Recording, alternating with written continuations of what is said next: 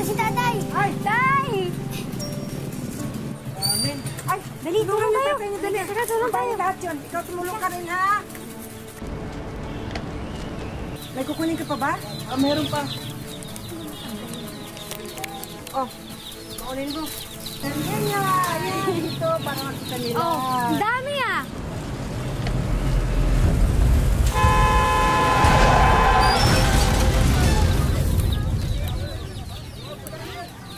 Nay, si tatay ba yun? Oo, si tatay yun! Ah! Tay! Tay, tara! Tay! Tay!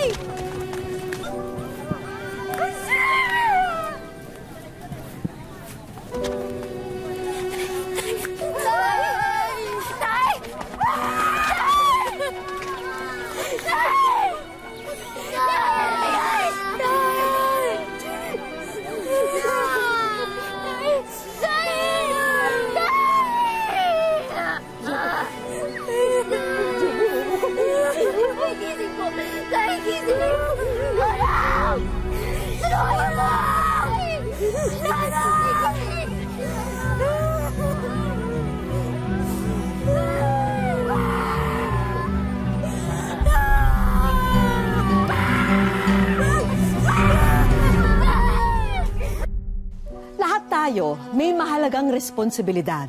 Maaring ito'y para sa ating mga mahal sa buhay, sa ating kapwa, at sa trabaho. Kung kanino ilalaan ito, dapat itong seryosohin. Pero paano kung ibinigay sa atin ang isang responsibilidad na hindi naman dapat sa atin? Ito ba'y tatanggapin natin o tatanggihan? Magandang araw po mga kapuso. Ako po si Vicky Morales at ito ang wish ko lang. Ate, kuya, salamat. Maraming salamat sa inyo. Aba naman, ate. Siyempre, magkakapatid tayo. Hindi ka namin pababayaan. Ate, ang totoo niyan, yung burol pa lang nag-usap-usap na kami. Naisip kasi namin na mag-isa ka na lang ngayon. Siguro mas mabuti kung mag-aampag kami kahit sa mga anak mo. Ate, hindi naman namin pinagdududahan ng kakayahan mo, pero hanimang mga anak mo, lahat nag-aaral. Siyempre, hindi mo naman kaya na mag-isa. Salamat. Salamat sa pag-aalala niyo, pero mas gugustuhin pa namin na mahirapan kami basta magkakasama kami. Pag-isipan mo muna, ha? Basta wag mo kakalimutan pagka nakailangan ka, nandito lang kami. Hindi na magbabago ang isip ko. Hindi na. Hindi ko kaya. Hindi ko kaya. Gusto ko magkakasama.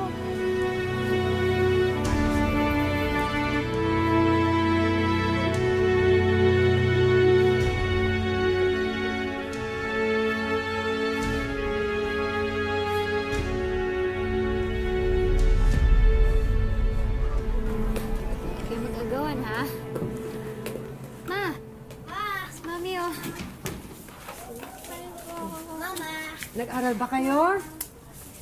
Opo, tapos na po. Tapos na po. Ay. Tapos na po. Ay. Pagod. Hindi na po kayo ah. Ay, pasensya na kayo anak ha, kasi napadaan ako dun sa may kabilang ibayos, may malaking bahay. Naghahanap sila ng maglinis ng banyo. Kaya pumasok ako. Sayang din kasi ₱1,000. Oo nga naman po. Gusto niyo po ipaghain ko kayo. Baka gutom mo kayo. Hindi na. Hindi na?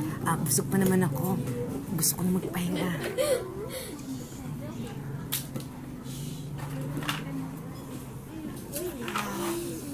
Mama?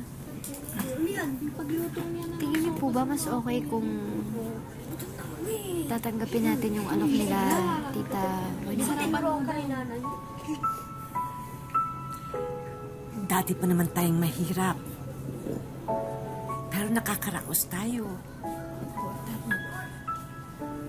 Alam niyo kung bakit? Kasi buo ang pamilya natin. Kasi nagtutulong-tulungan tayo. Alam niyo mga anak,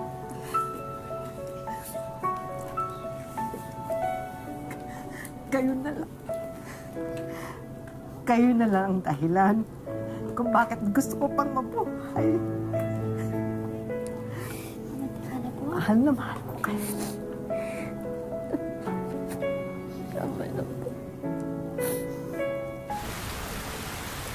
Jenny, magpunas kayo. Basa kayo.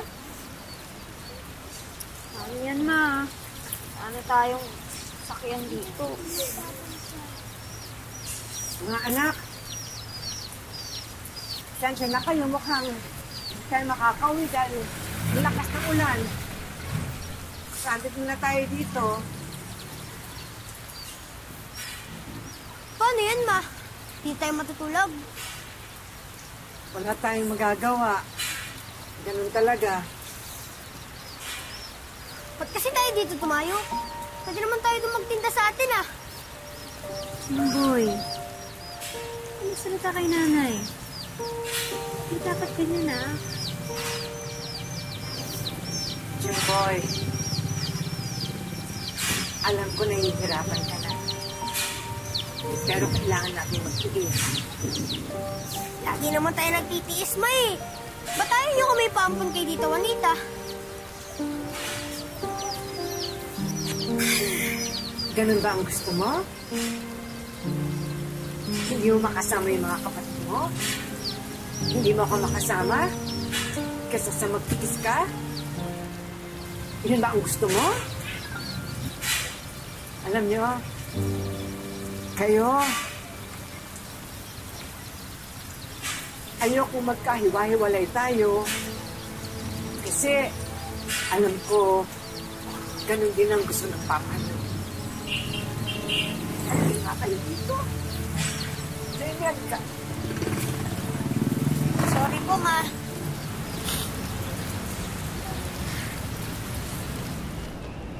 Happy birthday! Happy birthday, Jimboy. Happy birthday! Happy! Tara na, kain na tayo. Oo nga, Nay. Hintay natin.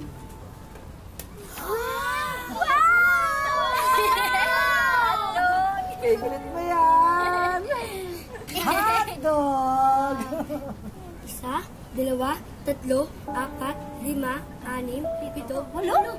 Wala yung hotdog! Pero 7 lang tayo.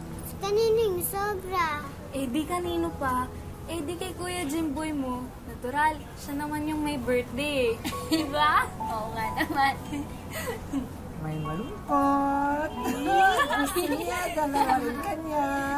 O sige, yung hotdog ko, paghatian mo na lang. May sardinas naman eh. Sardinas na lang sa akin. Eh? Hindi, Mama. Sa kanila na lang yung hotdog ko. Hindi naman ako masyadong kumain, eh. Sige, kumain na tayo. Sige po, kain na! Kain na tayo!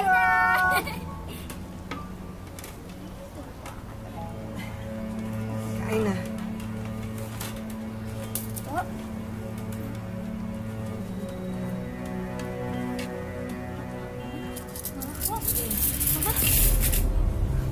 Mama!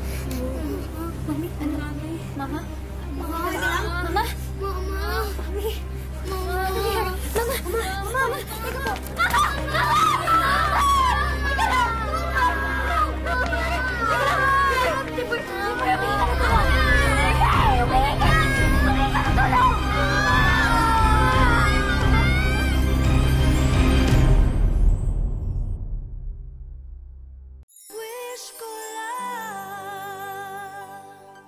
Dahil sa pagkamatay ng kanyang asawa, si Janet na ang mag-isang magtataguyod sa kanilang mga anak. Tinanggihan din niya ang alok na ipaampon ang ilan sa mga bata dahil ayaw niyang magkahiwalay sila. Ngunit ngayon, tila hindi na kinaya ng kanyang puso ang pagod at kalungkutan.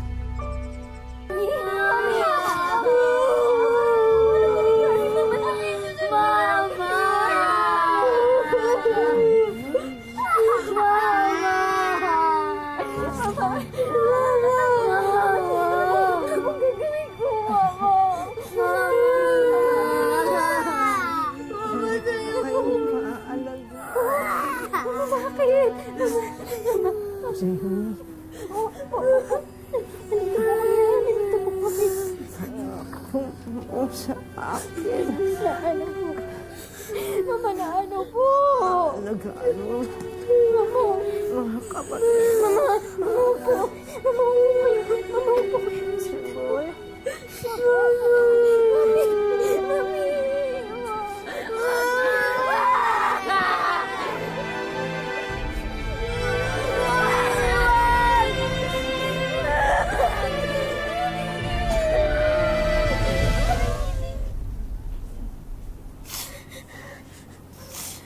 Kasalanan ko lahat ng ito eh. Hindi ko siya hinaway. Boy, wala kang kasalanan na. Huwag mo isipin yun. Narinig mo naman yung sinabi ng doktor sa ospital, di ba? Matagal na yung sakit sa puso ni Mama. Dito! Diyan ang mama niyo.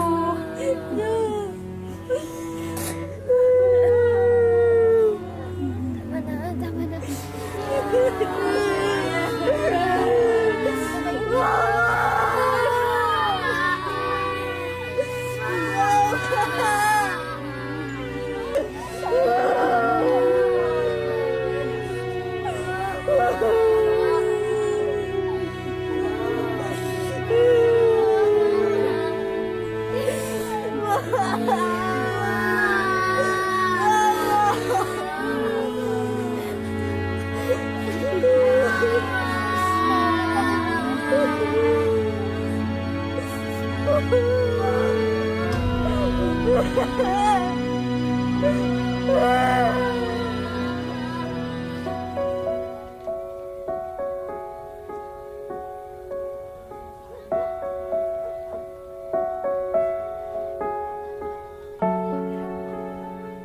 Paano tong mga bata? Isa lang ang kaya kong ampunin sa kanila. Pag-uusapan pa namin ng ate niyo. Pero baka kahit dalawa, pwede namin kunin. Pasensya na po kayo, pero may huling bilin po si nanay sa amin na huwag kami maghiwa-hiwalay. Jamie, naiintindihan ko na gusto mong matupad ang hiling ng nanay mo, pero hindi talaga namin kaya mag-ampun ng anim. Eh, kung ganun po, hindi na lang po kami magpapaampun. Kaya na po namin mabuhay na kami-kami lang. Salamat na din po. Huwag na matigas ang ulo. Eh, para rin naman sa kabutihan yung itong sinasabi namin. Susundin ko po yung bilin ni Mama. Opo, hindi po kami maghiwa-hiwalay. Eh, matitigas din naman ang mga ulo nyo eh. Manang-mana talaga kayo sa mama nyo. Ate.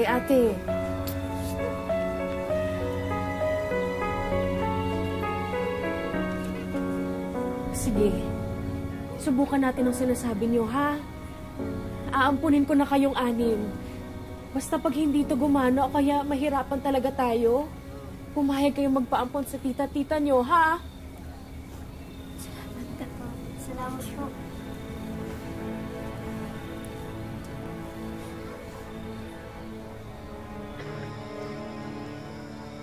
Dito na po kami.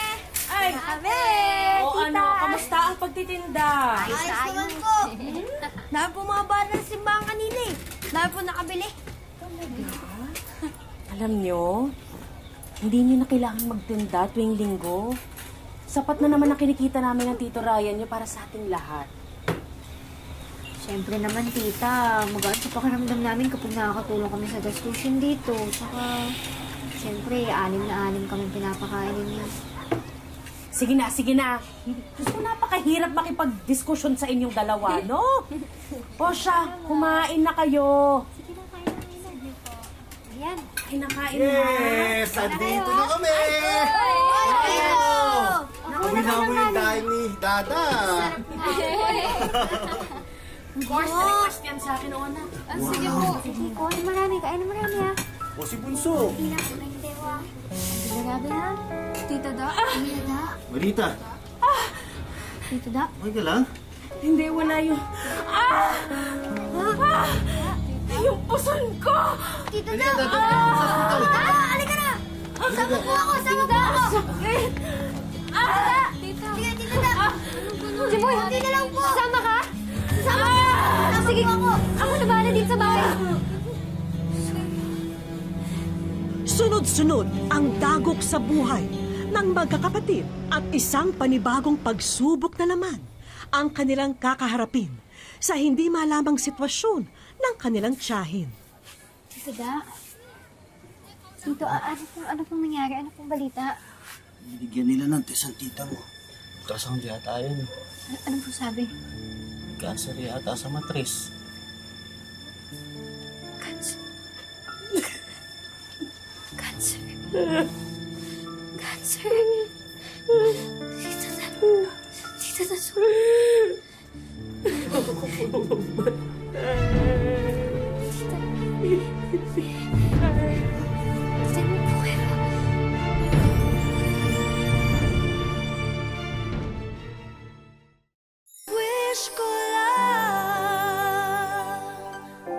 Pinalad ang mga bata nang ampunin sila ng kanilang tita Juanita, kaya hindi na sila nagkawatak-watak.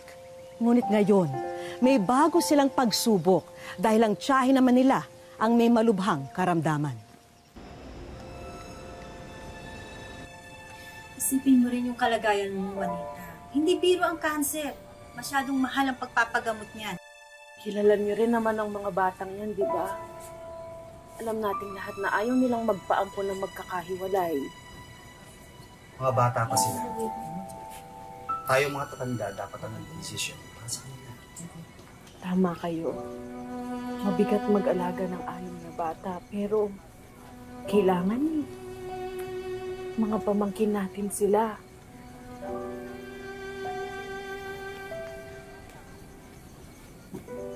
Ate, ang gagawin natin? Baka pamagay tayo ni Tita Da.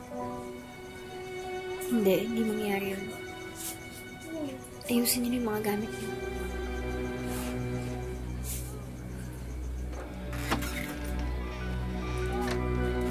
Dahil sa narinig nilang pag-uusap ng kanilang mga kaanak, naisip ni na Jenny na umalis na lang at mamuhay ng sila-sila na lamang. Teka na dito.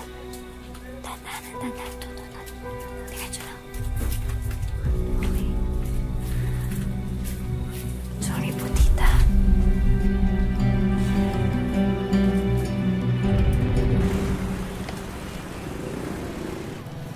Ate, bili po kayo! Ate ganda! Bili po kayo! Sige na po, please! Ate, magugutom na daw sila, Jeneline. Tiis na lang, ha? Basta makabenta tayo kahit isang laruan na lang, may pang-almusal na tayo. Okay? Tiis na lang. Alam niyo naman, ha? Jeneline! Bahala din. Sige na, ha? Mas 4 makita tayo. Kung anong oras.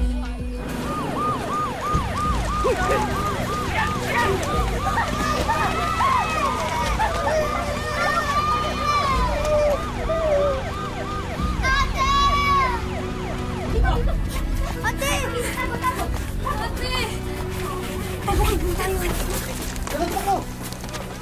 Hihirapan mo pa kami, ah! Estado ka sa pagbebenta ng pinagbabawal na gamot! Ate, di naman yata tayo huhulihin nila eh. Oo nga po. Oo nga, sorry.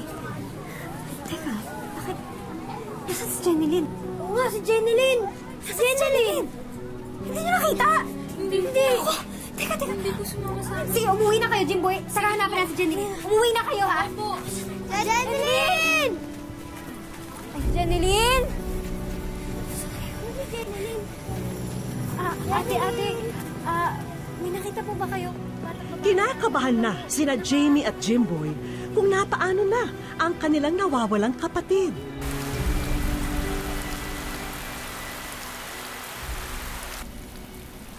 Ano po bang naging atraso ko sa inyo? Kinuha niyo na po yung papa ko. Pwede po, papa ko, kinuha niyo na po. Please po. Please na. Please na! Please na po.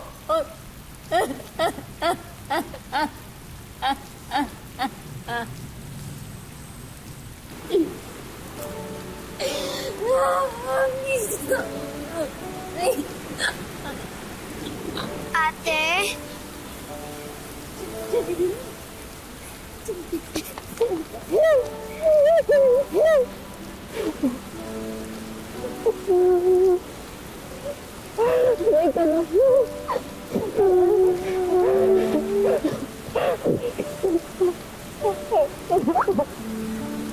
Nakita namin sa labas ng daan pag-alagala. Buti na lang at walang masamang loob na kumuha sa kanya. Bakit ba kasi kayo lumayas? Ha? Nagala na sa inyo, tita nyo. Sabi po, tita. Hindi po Alam ko naman po kasi na mabigat na kami sa inyo Okay ka lang. Sorry po, tita.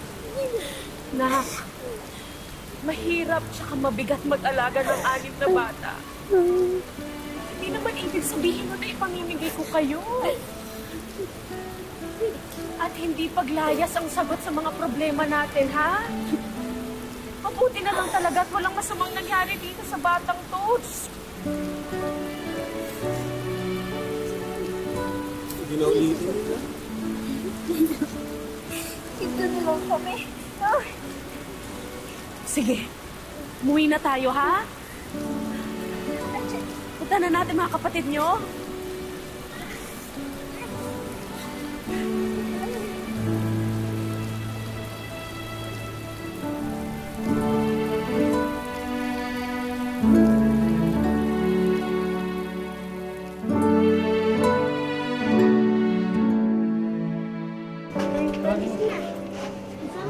Jimboy! Maagang sinubok ng kapalaran ang magkakapatid na Musni. At bilang panganay, ramdam ni Jamie ang bigat ng pasanin dahil sa makasunod na pagpanaw ng kanilang ama at ina. Lalabas po ako sa daan para po ako mababalik. Kasi sakit po talaga. Enero ng taon nito nang mawala ang kanilang haligi dahil sa isang aksidente. Nito namang Hulyo na maalam din ang kanilang ina matapos atakihin sa puso. Mapalad pa rin ang magkakapatid dahil meron silang tiyahing umaagapay. Buong pusong inaasikaso ni Juanita ang 6 na magkakapatid. Kahit pa nitong nakaraang buwan lamang, ay nadiskubre niyang meron siyang kanser sa matris.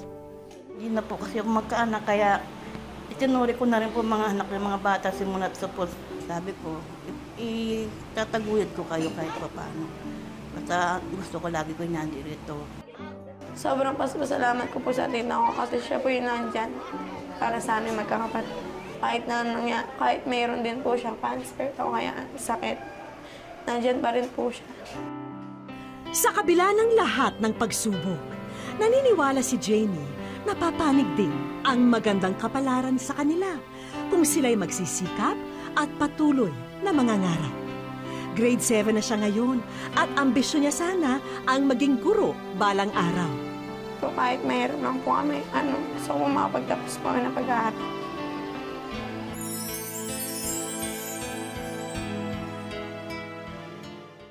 Sa aming pagbabalik. Ikaw ay nasa wish ko lang. Ay, welcome sa wish ko lang. Wish ko lang. Personal kong pupuntahan ang magkakapatid na Musni sa Santo Tomas, Pampanga.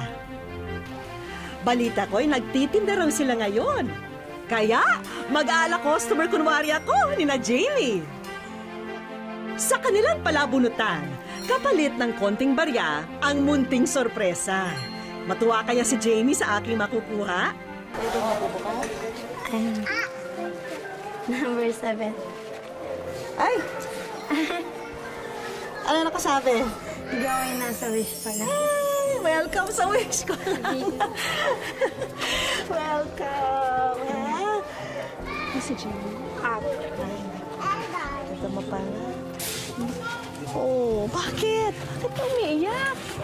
Titik ko lang po nanay ko. Oo, namimiss mo nanay mo. Ako, alam mo, hanga ako sa inyo dahil ang tatag niyo.